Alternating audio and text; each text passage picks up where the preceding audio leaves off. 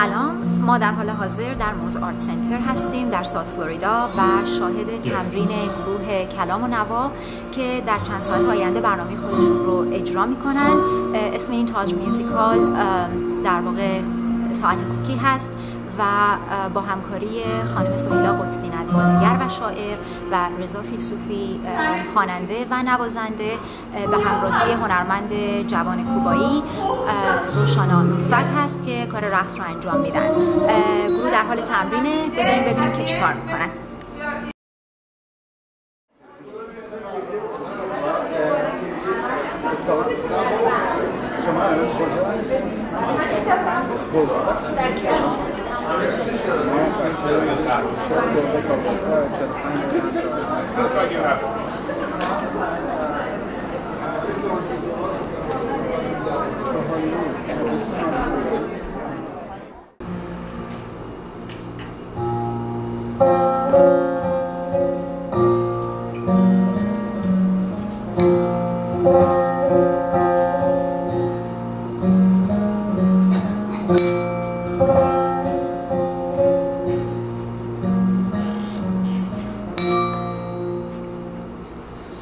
ننه کوچیک صدا می کرد وقت سحر دعا می کرد. ننه کوچیک صدا می کرد وقت سحر دعا می کرد. شبا سر قصه می گفت از بدی ها جدا، از بدی ها جدا می کرد. یه در رو نبستی، یه در رو نبستی، ننه جون.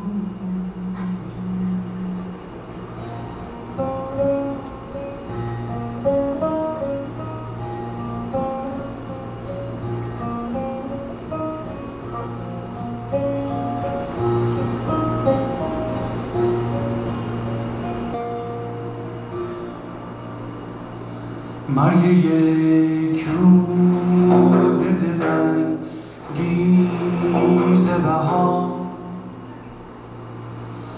مرگ یک قصه عشق موندگار، حب شدن تو شب‌های خاکستری زیر سقف آسمون ددری. دستامو تو قلب زنجیر بکنم، پای هر فاجعه زنجیر، شبا رو روز بکنم، روزا رو شب، گریه رو صاف بکنم، خنده رو لب.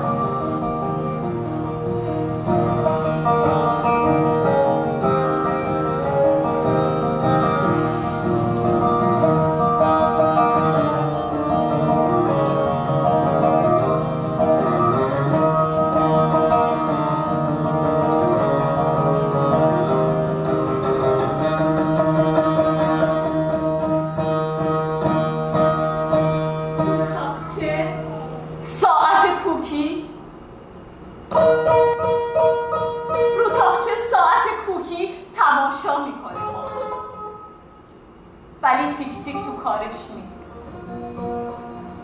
ولی تیک تیک تو کارش نیست. نمیخواد رنگ فردا.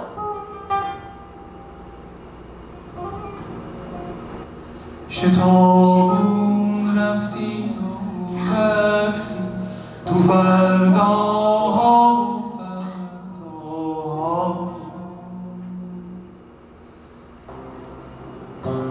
جایان دارد که چندی همراه صحرا بگیرد. سنگ خارا را بین لب شیدا بگیرد.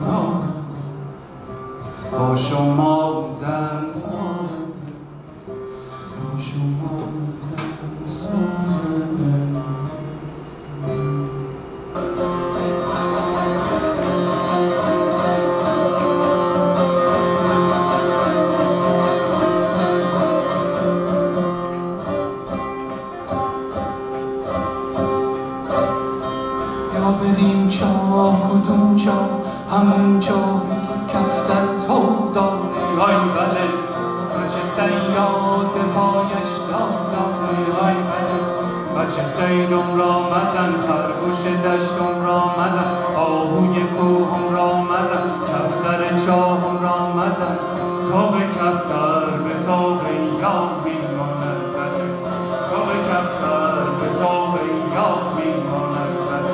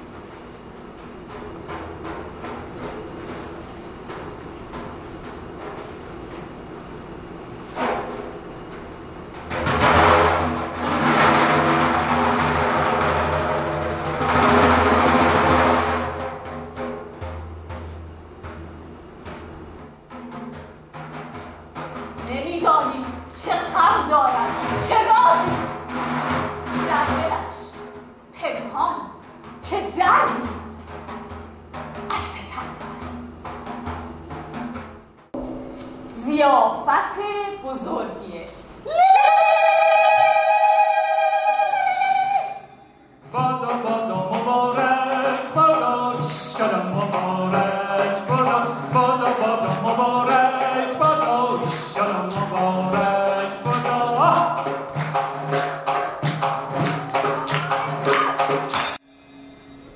خدایا ایزدا پروردگار خدایا ایزدا پروردگار ساعت کن خصلت ناجور ما که صبح تا شب با هم در حال جنگی خیالات میکنیم خیلی سرد که صبح تا شب با هم در حال جنگی خیالات میکنیم خیلی سرد که صبح تا شب با هم در حال جنگی خیالات میکنیم خیلی سرد صبح تا شب با هم در حال جنگی خیالات میکنیم خیلی سرد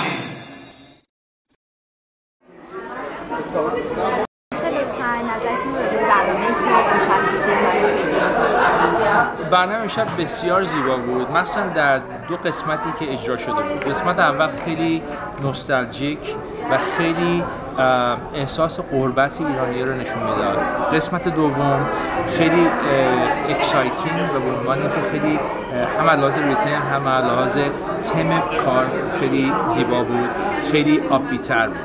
به نظر من قسمت اول من کلی گریم گرفت چون شعرهایی که انتخاب شده بود و مخصوصا قطعه‌ای که خود خانم قسنت نوشته بود راجع به مادر بزرگش و اون داستان و راجع به گرگ ها و این اتفاقی در ایران داره میفته در حال حاضر بسیار زیبا بود از دیدگاه من و خیلی غم انگیز بود، اون چیزی که همه ما در غربت احساس میکنیم.